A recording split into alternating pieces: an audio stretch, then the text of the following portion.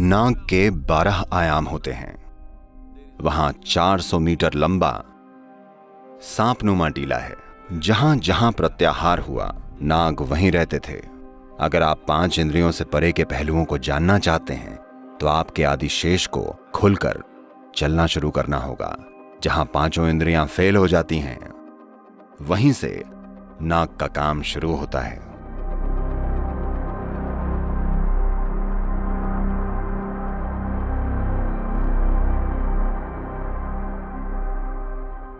भारत में नाग के 12 आयाम हैं जिनकी पूजा की जाती है। ये इस प्रकार हैं: अनंत, वासुकी, शेष, पद्म, कंबाला, कारकोटक, अश्वितारा, धृतराष्ट्र, संकपाल, कालिया, तक्षक, पिंगला। ये हैं वो 12 पहलू। ये 12 पहलू कैलेंडर के 12 पहलुओं से भी जुड़े हुए हैं। वही पहलू जिनमें लोग सितारों और उन चीजों को पढ़ते हैं। वाकई दुनिया भर की अलग अलग संस्कृतियों में आप इसके संकेत और प्रमाण, सांकेतिक प्रमाण देख सकते हैं। पिछले 20,000 सालों में दुनिया भर में ऐसी कई कलाकृतियां बनी हैं जिनमें दिखाया गया है कि कैसे सांप ने उन जनजातियों की रहस्यमय यात्रा में एक महत्वपूर्ण भूमिका निभाई है। रूस से चीन तक, बेशक भारत में, अफ्रीका, मिस्र, ग्रीस, दक्षिणी अमेरिका, उत्तरी अमेरिका, हर जगह इसे दर्शाने वाले सांपों के प्रतीक मौजूद हैं। और उत्तरी अमेरिका में हमने पाया कि ओहायो में 400 मीटर लंबा एक सांपनुमा टीला है। ये ओहायो में है, 400 मीटर लंबा, जो कि एक बहुत बड़ी खाई के नजदीक है, जो या तो किसी छोटे तारे के टकराने या उनके हिसाब से जमीन से गैस फटने के कारण बना है। हमें नहीं पता कि वो कैसे बना, लेकिन एक 400 मीटर लंबा मिट्टी से बना एक नाग, एक टीला, एक सांपनुमा टीला। तो दुनिया भर में अलग अलग लोग इस नतीजे तक पहुंचे हैं। इसलिए नहीं कि संस्कृतियों ने दूरियां तय की हैं, हालांकि ऐसा भी हुआ है, पर वजह वो नहीं है कि ऐसा हुआ है। जिस भी जगह लोगों ने 5 इंद्रियों से परे कुछ समझा है, जहां भी लोगों ने ज्यादातर समय आंखें बंद करके बिताया है, यानी मूल रूप से प्रत्याहार किया है। प्रत्याहार यानी आपने इंद्रियों को खुद में समेट लिया है। जहां जहां प्रत्याहार हुआ है, जहां जहां इंद्रियों को खुद में समेट लिया गया, वहां वहां नाग रहते थे। वहां लोगों ने विकास की प्रक्रिया के उस शेष बचे हिस्से के आयाम के महत्व को पहचाना, जो विकास के साथ साथ हमारे अंदर बचा रह जाता है, और कैसे हम उसे सक्रिय कर सकते हैं, और कैसे ये हमें हमारी इंद्रियों की सीमाओं से परे ले जाकर हमारे विकास की एक प्रक्रिया बन सकता है। शिव के गले के चारों ओर जो सांप है, वो वासुकी कहलाता है। But the Vishnu's snake is referred to as Shesha.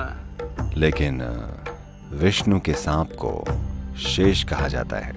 अगर आप ये ना जानते हो, आप में से वो लोग जिनको दक्षिण भारत की लोकल भाषाओं में शुरुआती स्कूली शिक्षा मिली है, अगर आपने ये पढ़ा है, मुझे नहीं पता कि तमिल में क्या शब्द है, पर तेलुगु और कन्नड़ में अगर आप मैथमेटिक्स सीख रहे हो, शेष यानी रिमाइंडर।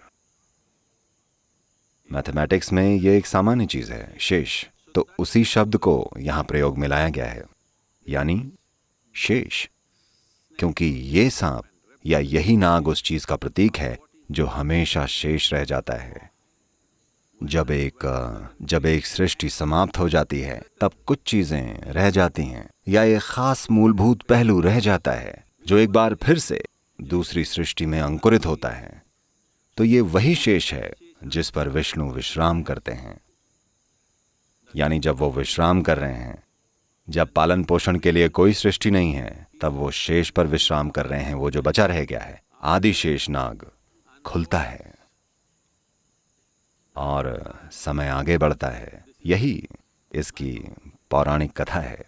इसका मतलब है ये पिछली सृष्टि का जो बचा हुआ हिस्सा है, वो जो बचा रहता है, और जब वो उठ खड़ा होता है तो उसे आदिशेष कहते हैं, क्योंकि वो सबसे पुराना शेष है जो बचा हुआ है। और उठ खड़े होने का मतलब है एक नए ब्रह्मांड की रचना होने को है।